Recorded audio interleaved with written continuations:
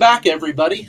I'm here today again with Lewis Mehl-Madrona for part two in our discussion about the connection between narrative medicine and hands on body work from an indigenous perspective.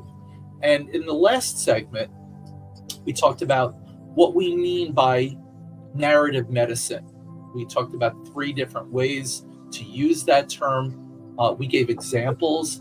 We also talked about two-eyed seeing and how Lewis is a perfect example of that, being that he is a psychiatrist during the day, and in his off hours, he is using these alternative methods. So let's talk a little bit now about the body work aspect of it.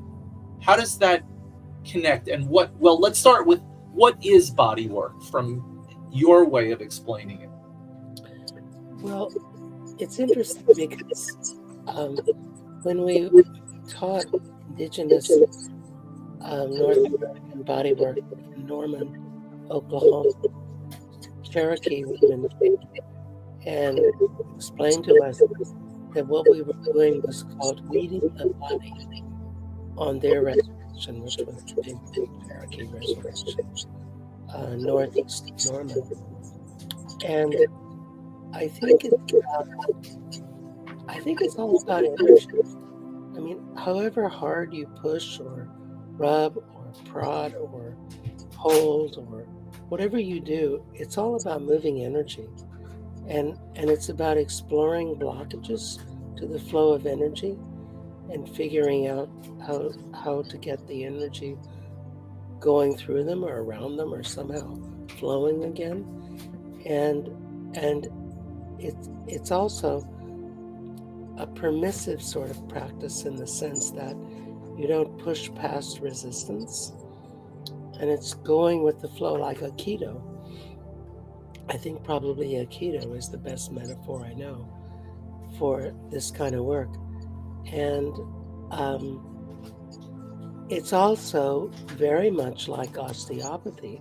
And in fact, Barbara and I and Josie Conti wrote a paper recently about indigenous origins of osteopathy. And the paper was published in a journal called Alter Natives, which is an indigenous journal. And it's about how Andrew Taylor Still, who's the father of American osteopathy, spent an enormous amount of time in Missouri with the Shawnee, Pawnee, Cherokee, and Potawatomi, and was fluent in Shawnee, and we argue learned much of what he taught as osteopathy from the indigenous practices, bodywork practices of these four tribes of Missouri. And so what I do when I do indigenous body work, which I learned from Cherokee people, is incredibly similar to osteopathy. And we've taught this kind of work at the University of New England College of Osteopathic Medicine, and we've been confirmed that it looks just like osteopathy. And so we're arguing that this kind of work is global. So go to Hawaii and experience Lomi Lomi, which I've had the pleasure of experiencing from real practitioners and not just resort practitioners. And go to New Zealand and experience Maori bodywork, which is intense. And just like Maori people are intense, just like their rugby team. And wherever you go, you experience this energy medicine that changes things. And it's interesting. I back in February, the dog helped me to dislocate my shoulder, and it's been, I had some sequelae, and it's been getting better. And I found an osteopath here where I live, and it's mysterious to me how it works, but every time he works on me, my strength jumps by about 20%. And today, I was back to baseline before the injury on a number of things like the deltoid rear fly. Everybody knows that. And this thing with weights.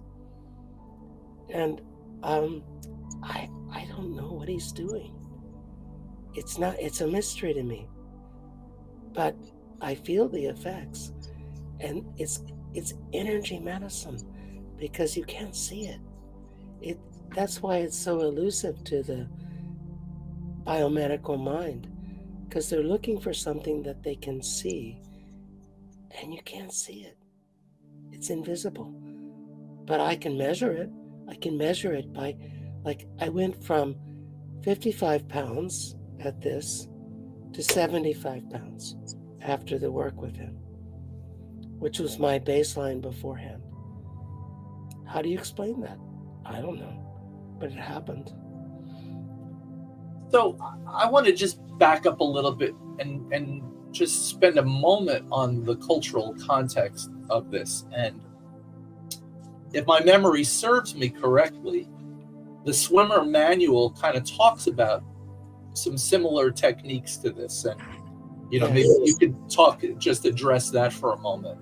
What the swimmer manual is and what the content is that is directly related to bodywork.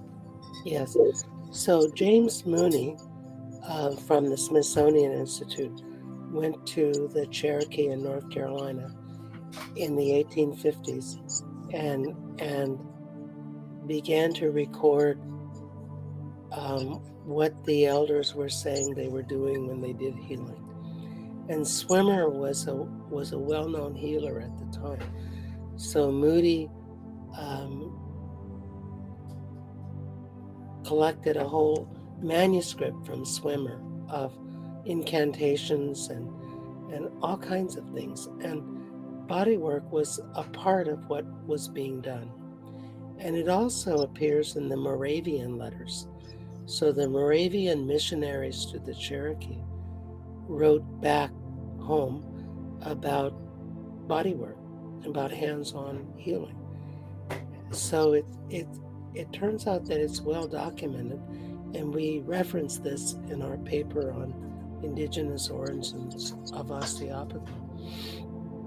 So let's talk for a minute now get back to the very specifics that you talked about in part one of this two-part series, where you talked about 3 women who you met, who I believe they were Cherokee, who were doing this indigenous body work. Can you just kind of give us a mental picture of what you saw when you watched them do their work? Yeah, and one of them was a man. So it was 2 women. Sorry. Yeah. Okay. Yeah. So it really.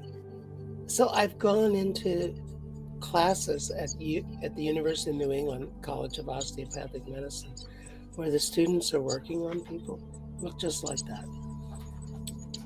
Really, no difference. And the only difference the 2 differences that I would say is that they were slower and they were more contemplative. And they were, in the words of the women that came to our workshop in Norman, reading the body and responding to the body. And I think that's maybe the difference that I'm trying to bring into osteopathy, is the idea of conversations with the body. And so you do something, and then you wait to see how the body responds. And that guides you to what you do next. And then you do something, and again, you wait to see how the body responds. And that's what they were doing.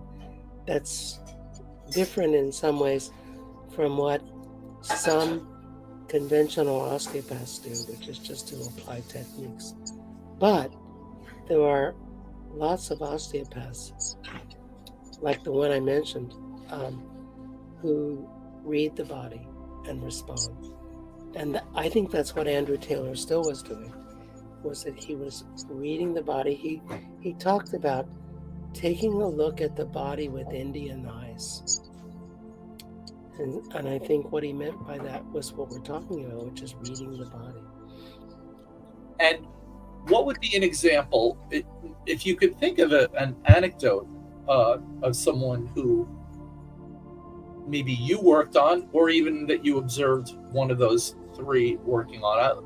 Probably better to ask you for an example in your own work of integrating the body work with narrative medicine, with a presenting problem and what you actually did with them. Well, so the first thing that came to mind was if a woman and this is probably because I'm heading to France tomorrow to do a workshop for a week, but it was a woman who came to our workshop in France who could not sing in French. She could sing in English, but since she's French, that didn't go so well.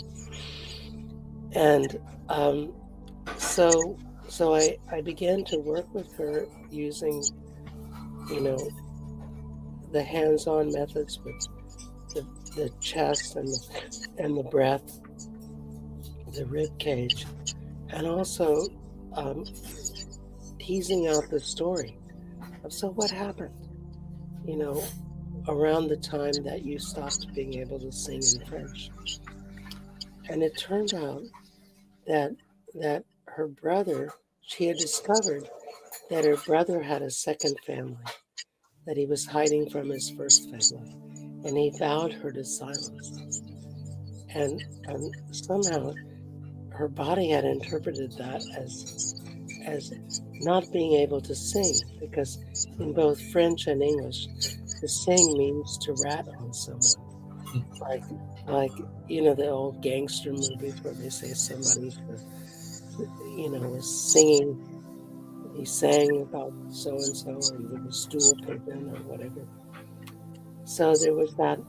So and that exists in and so when that became conscious, there was this incredible tension in her rib cage that just disappeared.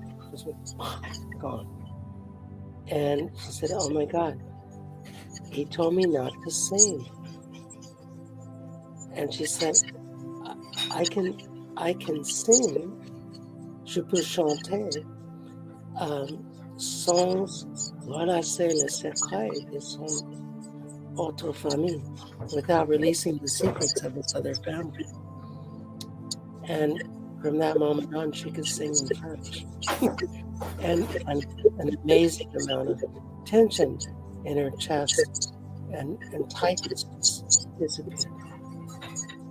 So, yeah, I'm going to compare that to my own work in curanderismo, where we say that that emotions that are stuck are at the root of most of our problems, and that any emotion in and of itself is acceptable and potentially healthy if it's expressed in the right way. But what happens is when we try to push something down or it becomes stuck, that it somatizes, that it somehow goes into the body in a way that we experience as that tension that you just described. And here we are moving the body and uncovering the story in order to release the blockage, the energetic blockage.